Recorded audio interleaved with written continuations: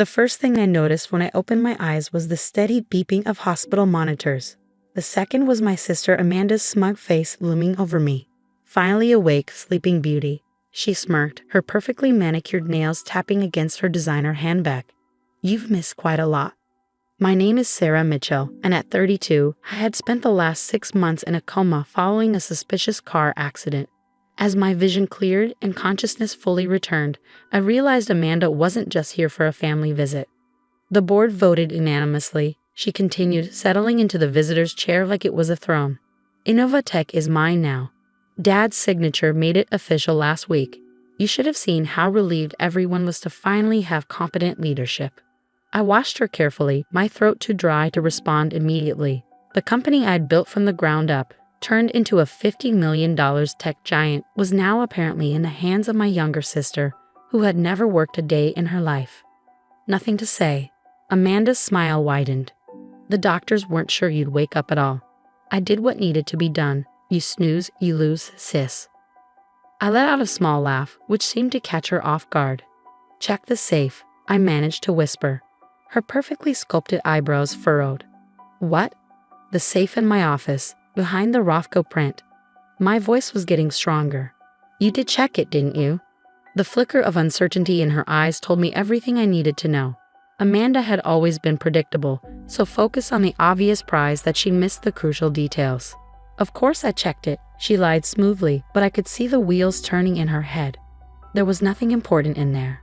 Then you won't mind if my lawyer opens it tomorrow. I closed my eyes, feigning exhaustion. You should call Dad. He'll want to know I'm awake. I heard her heels clicking rapidly across the hospital floor and smiled to myself. The safe contained everything. Documentation of every underhanded attempt she'd made to undermine me over the years, recordings of her conspiring with competitors, and most importantly, the real company succession plans I'd filed with my lawyers months before the accident. The accident. Even now, the memory was hazy, a truck running a red light, hitting my car at full speed. The police called it a tragic coincidence, but I had my suspicions. I had hired a private investigator the week before it happened, sensing something was wrong at the company. His final report had arrived the morning of the crash. That report was in the safe, too. My lawyer, Michael Chen, arrived within an hour of my father's emotional reunion visit. Amanda conspicuously hadn't returned. Everything's ready, Michael said quietly, setting his briefcase down. The board meeting is scheduled for tomorrow morning. You feel up to it? I nodded, already feeling stronger. Tell me what happened while I was out. Michael's expression darkened. Amanda moved fast. She convinced your father you'd made verbal promises to hand the company over to her. Said you were planning to step down anyway to find yourself. Travel the world or something. The board was skeptical at first, but she had help. Marcus? I asked, referring to my CFO. Yeah, he backed up her story, provided documentation showing you've been planning this for months. Very convincing forgeries. I wasn't surprised. Marcus had been Amanda's friend since college. I had only kept him on because he was actually competent at his job. Clearly, loyalty wasn't his strong suit. The company's taken a hit, Michael continued. Stock's down 30% since Amanda took over. She's been making deals that don't make sense, selling off key patents, restructuring departments. It's like she's deliberately trying to weaken the company, I finished. Make it easier to sell off piece by piece. She never cared about running it, she just wants to cash out. The next morning, I checked myself out of the hospital against medical advice. My father tried to protest, but I could see the guilt in his eyes. He'd always tried to play peacemaker between Amanda and me, refusing to acknowledge her darker nature. I trusted her, he said quietly as he helped me into his car. She said it was what you wanted. I know, Dad. I squeezed his hand. But now it's time to make things right. The board meeting was scheduled for 10 a.m. I had Michael wheel me into the conference room exactly 5 minutes before it started. The looks on their faces when I appeared, Amanda's shock, Marcus's pale fear, the board members' confusion, made every ache in my healing body worth it. This is inappropriate. Amanda started, standing up. You're not well enough to be here. Sit down, Amanda, I said calmly. Michael, please open the safe. What happened next would be talked about in business circles for years to come. The documents Michael removed from my office safe told a story so damning that several board members had to leave the room to compose themselves. First came the surveillance footage showing Amanda meeting with our biggest competitors months before my accident. Then the email trails showing how she and Marcus had been systematically undermining major contracts, setting the stage for the company's decline. But it was the PI's report that hit hardest. Phone records showing Amanda had contacted the truck driver who hit my car multiple times in the weeks before the accident. He had disappeared right after, but his bank account had shown a substantial deposit from a shell company tied to Marcus. "This is ridiculous," Amanda sputtered, but her composure was cracking. "I was protecting the company. She was running it into the ground." The board chairman cleared his throat. "Miss Mitchell, these documents paint a very different picture. Your sister grew this company's value by 300% in 5 years. The only decline we've seen started the day you took control." I watched my sister's face contort with rage and felt an odd sense of pity. She'd never understood that success wasn't just about wanting something. It was about being willing to work for it. "Security will escort you and Mr. Marcus from the building," the chairman continued. "The police have already been contacted regarding the accident investigation. I suggest you both contact your lawyers immediately." As they were let out, Amanda turned to me one last time. "You think you've won. You have no idea what's coming." I smiled, thinking of the other documents still in the safe, the ones that would ensure she never came near my company again. "Actually, I do. You snooze, you lose, sis." The next few weeks were a whirlwind of recovery, both personal and professional. The company's stock rebounded as soon as news broke of my return. Amanda and Marcus were arrested, facing charges of corporate fraud and attempted murder. My father visited every day, bringing old photos and stories, trying to understand where things had gone so wrong with Amanda. But I didn't have answers for him. Some people, I learned, simply couldn't stand to see others succeed. As I sat in my office a month later, finally strong enough to work full days again, I looked at the safe behind the Rothko print and smiled. Amanda had been right about one thing. I had been thinking about stepping down, but not to travel the world. I had been planning to start a new venture, something bigger. The documents detailing those plans were still in there, waiting. But they could wait a little longer. First, I had a company to rebuild, stronger than ever. Sometimes the best revenge isn't just winning, it's winning so completely that your opponents never dare to challenge you again. 6 months after Amanda's arrest, I was finally feeling like myself again. The company had recovered, but the echoes of my sister's betrayal still haunted the halls of Innovatech. The merger paperwork came through, Michael said, dropping a thick folder on my desk. "But there's something else you should see." I looked up from my laptop, noting the concern in his expression. "Amanda." He nodded. "She's made bail, and she's been seen meeting with James Porter." A chill ran down my spine. James Porter, our biggest competitor and the man Amanda had been conspiring with before my accident. He ran Porter Tech, a company infamous for aggressive takeovers and questionable ethics. "That's not all," Michael continued. "Someone's been buying up our shares through shell companies. We've traced 3 of them back to Porter's subsidiaries." I leaned back in my chair, my mind racing. Of course, Amanda wouldn't give up easily. She'd always been like this. When we were kids, she didn't just want to win. She wanted to destroy her opponents. "How much of the company do they control?" "Almost 15%. Not enough for a takeover, but enough to cause trouble," I finished. "Especially if they can convince other shareholders to join them." I walked to the window, looking out at the city skyline. Innovatech's building stood proudly in the heart of the business district, a testament to everything I had built, everything Amanda had tried to steal. "There's more," Michael said quietly. "The police investigation into your accident. The truck driver's been found." I turned sharply. "Alive?" He shook his head. "Dead. Apparent suicide. But the timing is too convenient," I agreed. "Any evidence?" "Nothing concrete, but he left a letter claiming Amanda paid him to run the light, said he couldn't live with the guilt." I thought about the safe behind the Rothko print. After Amanda's arrest, I had cleared out most of the documents, but not all of them. Some secrets needed to stay hidden until the right moment. "Call the board," I said. "Emergency meeting tomorrow morning, and get me everything you can on Porter's recent activities." That night, as I worked late in my office, a familiar voice made me freeze. Working late, sis. Some things never change. Amanda stood in my doorway, looking immaculate as ever in a designer suit. Her electronic monitoring anklet was barely visible above her stiletto. How did you get in here? She smiled, that same smug smile I remembered from the hospital. I still have friends in interesting places. We need to talk. About Porter or about the truck driver you had killed? Her smile didn't waver. About the future. Porter's offering to buy Innova Tech.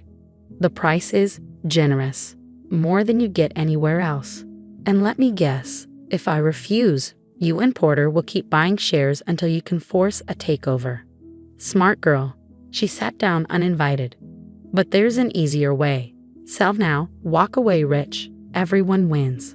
I looked at my sister, really looked at her. She was thinner than I remembered, with a hardness in her eyes that hadn't been there before. Prison, even briefly, had changed her. You never understood, did you? I said quietly. This company isn't just about money. It's about creating something meaningful, making a difference. She laughed, still the idealist. That's why you'll lose in the end. Business isn't about making a difference, it's about power. And I've learned a lot about power lately. Is that why you had the truck driver killed? To protect your power? I didn't. She caught herself, smoothing her expression. Be careful with accusations like that, sis. They could get you into trouble. Like a suspicious car accident? She stood up, adjusting her jacket. Think about Porter's offer. You have 48 hours before the price drops. After that, well, there are other ways to acquire a company. After she left, I sat in silence for a long moment. Then I picked up my phone. Michael? Get me everything we have on Porter's finances, and I mean everything. It's time to open the other safe. The second safe, the one Amanda never knew about, was in my home office. Inside were documents I had hoped never to use, gathered over years of careful observation and planning. Porter wasn't as clean as he appeared. I had been collecting evidence of his illegal activities for years, suspecting he might become a threat. Tax evasion, insider trading, bribes to foreign officials, all carefully documented and verified. The next morning, I arrived at the board meeting early. Porter was already there, sitting next to Amanda, both looking confident. Miss Mitchell, Porter smiled, all corporate charm. I trust you've considered our offer. I have, I replied, taking my seat. And I have a counter-proposal. I nodded to Michael, who distributed folders to each board member. As they opened them, the room went silent. What is this? Porter demanded, his face reddening as he read. Evidence, I said calmly, of everything you've been doing for the past decade. The SEC would be very interested in those offshore accounts, and the Justice Department might have questions about those contracts in Asia. Amanda's face had gone pale. You're bluffing. Am I? I turned to the board. There's more. The recent share purchases through shell companies, they weren't just funded by Porter Tech. The money came from embezzled company funds, including some that disappeared during Amanda's brief leadership. Porter stood up abruptly. This is blackmail. No, I corrected him. This is business. You taught me that, remember? It's about power. The next hour was chaos. Porter stormed out, his takeover plans in shambles. Amanda stayed, becoming increasingly desperate as the board voted unanimously to block any future share purchases from Porter's companies. You've made a mistake, she hissed as security arrived to escort her out. This isn't over. But it was. By evening, Porter had withdrawn his offer and was frantically trying to contain the damage. The shell companies began selling their Innova Tech shares, and our stock price soared. A week later, I sat in my office with Michael, reviewing the aftermath. Porter's resigned, he reported. His board forced him out after an internal investigation. And Amanda. Yes, her bail's been revoked. New evidence emerged about the truck driver's death. She'll be in prison for a long time. I nodded, feeling not triumph but a deep sadness. Has security sweep the building again? Change all the codes. I want to make sure there are no more surprises. That night, I visited my father. He was in his study, looking older than I ever seen him. I saw the news about Amanda, he said quietly. Dad? No, let me finish. I should have seen it, all those years, the way she was. I thought I was being fair, treating you both equally. But I was just enabling her worst instincts. I sat beside him, taking his hand. We all missed the signs. Not you, he smiled sadly. You were always preparing, weren't you? Always watching, gathering evidence. You knew this day might come. I hoped it wouldn't. We sat in silence, looking at old family photos. Amanda and me as children, still innocent, still close. Before ambition and jealousy had poisoned everything. The company's yours now, I said finally. I know you always wanted to retire, but...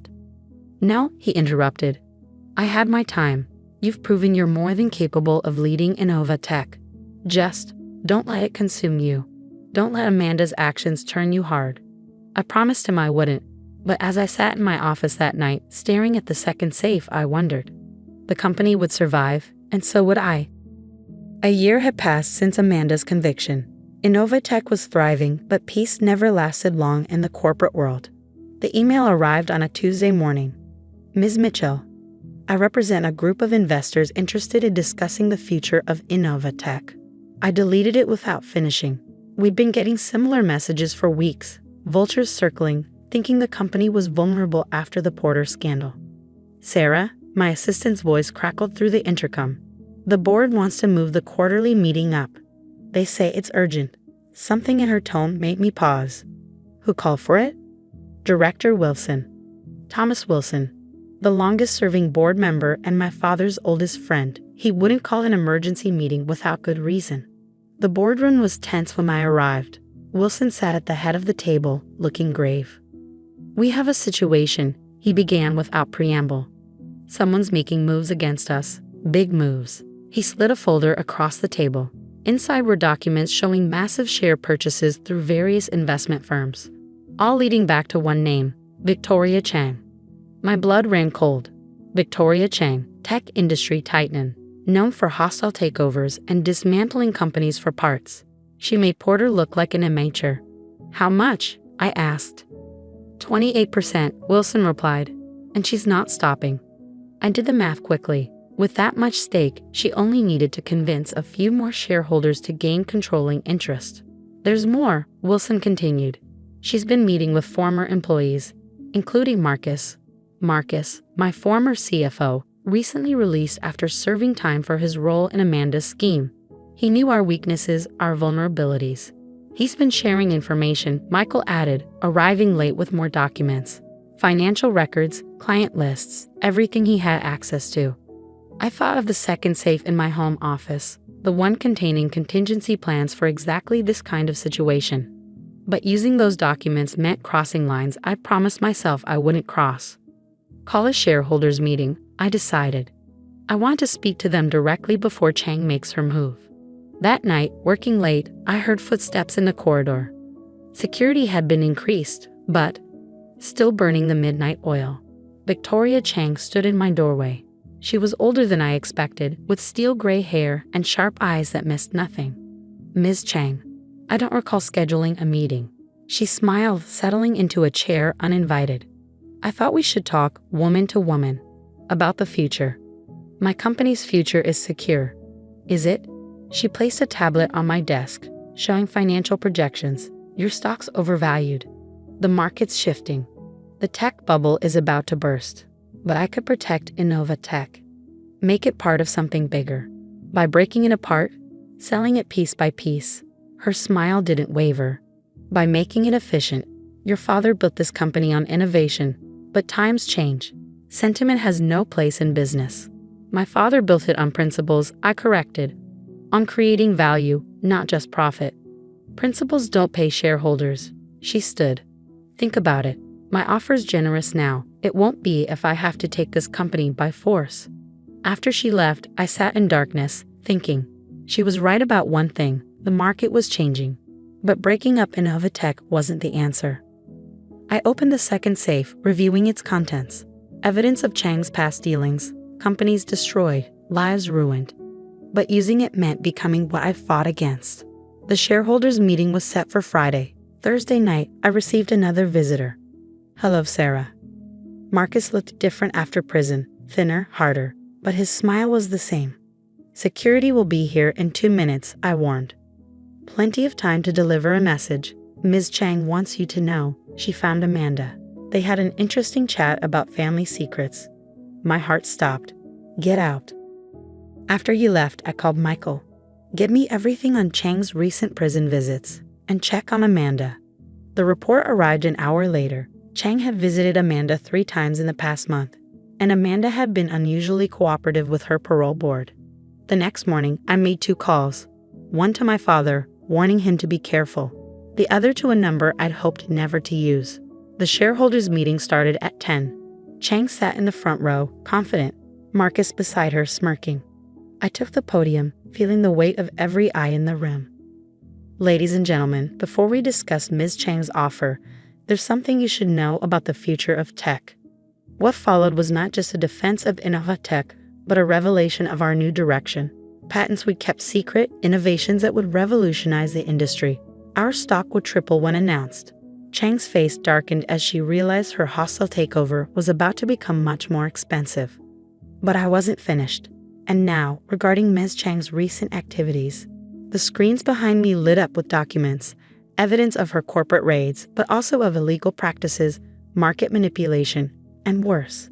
You can't prove any of this, she snarled, standing. The SEC disagrees, I replied as federal agents entered the room. They've been very interested in these records. The vote that followed was unanimous.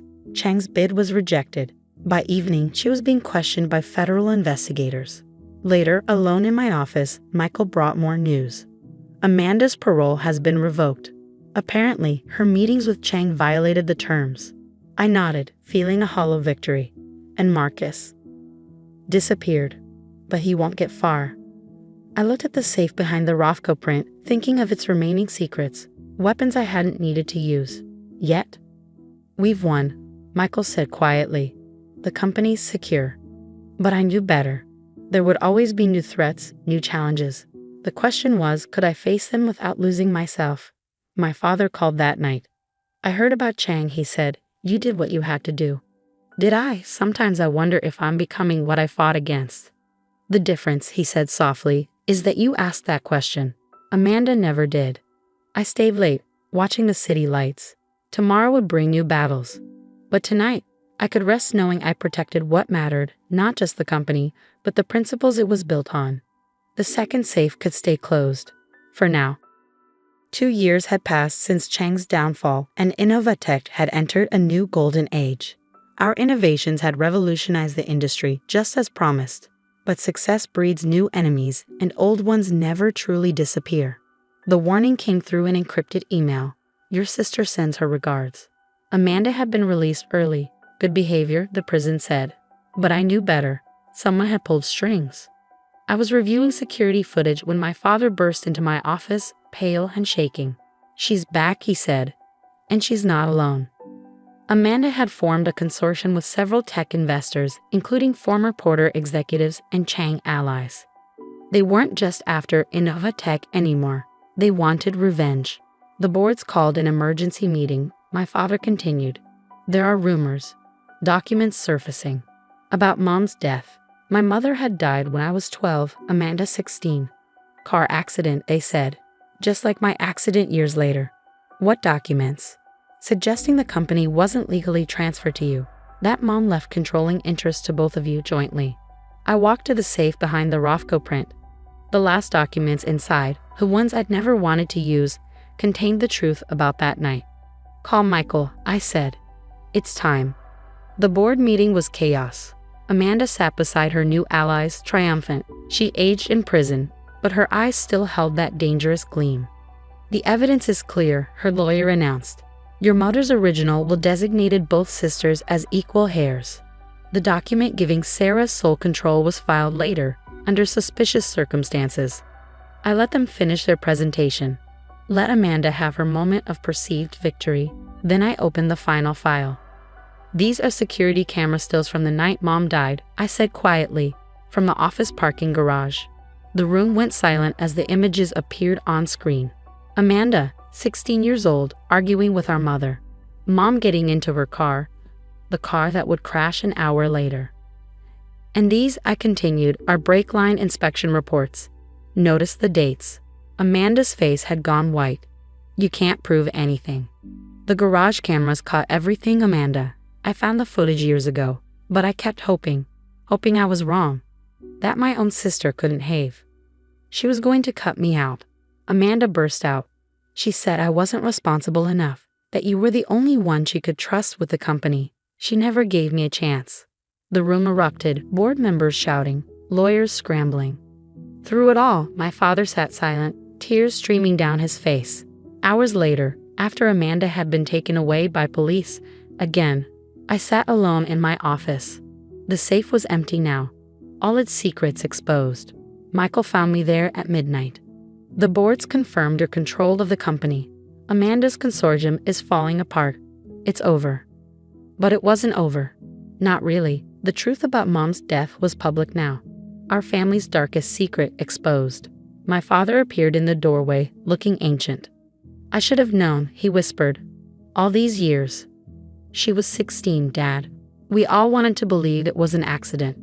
And you've carried this knowledge alone, all this time. I nodded. The weight of it had been crushing, but necessary. Until now.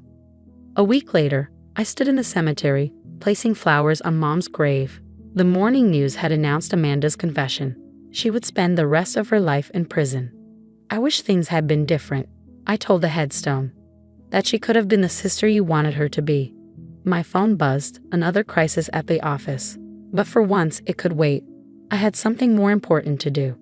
I drove to my father's house, found him in his study, surrounded by old photos. Remember this one? He asked, holding up a picture. Amanda and me as children, laughing, holding hands. Before ambition and jealousy had poisoned everything. We were happy once, I said. Yes, he put the photo down. What now? Now we heal, and we make sure Innova Tech becomes what Mom always dreamed it could be. The next morning, I called an all-hands meeting. The whole company gathered to hear the truth, not just about recent events, but about our future. Innova Tech was built on innovation, yes, I told them. But more than that, it was built on hope. On the belief that technology could make the world better. My mother believed that, and so do I. I announced new initiatives, educational programs, charitable foundations, ethical technology guidelines. The company would still profit, but it would also give back. In my office later, I looked at the empty safe behind the Rothko print. Its secrets had protected the company, but at a terrible cost. I had a new safe installed, this one in plain sight. Inside went our new mission statement, our ethical guidelines, our pledges to the community. No more hidden secrets. The second safe in my home office, I had it removed entirely. Some weapons are too dangerous to keep, even as insurance. Years passed. Innova Tech grew, not just in size, but in impact. We funded schools, launched sustainability projects, developed technologies that helped people instead of just profiting from them. Sometimes at night, I still think about Amanda, about the choices that led us here, about the sister I lost long before she ever went to prison. But mostly, I think about Mom, about the legacy she left, not just of business success, but of principles, of doing what's right no matter the cost. The old saying claims that power corrupts, but maybe, just maybe, it can also redeem if we choose to use it wisely. My father retired officially, but still visits the office. Sometimes I catch him looking at me with a mixture of pride and sadness. "You're so like her," he said once. "Your mother. She would be proud of what you've built." "What we've built," I corrected him. "All of us together." The company continues to face challenges, of course. There are always those who value profit over principle, who would tear down what we've built. But we're ready for them now, not with hidden documents or dark secrets, but with transparency, with ethics, with truth. That's the real legacy of Innova Tech. Not just innovation, but integrity. And maybe, just maybe, that's the best revenge of all.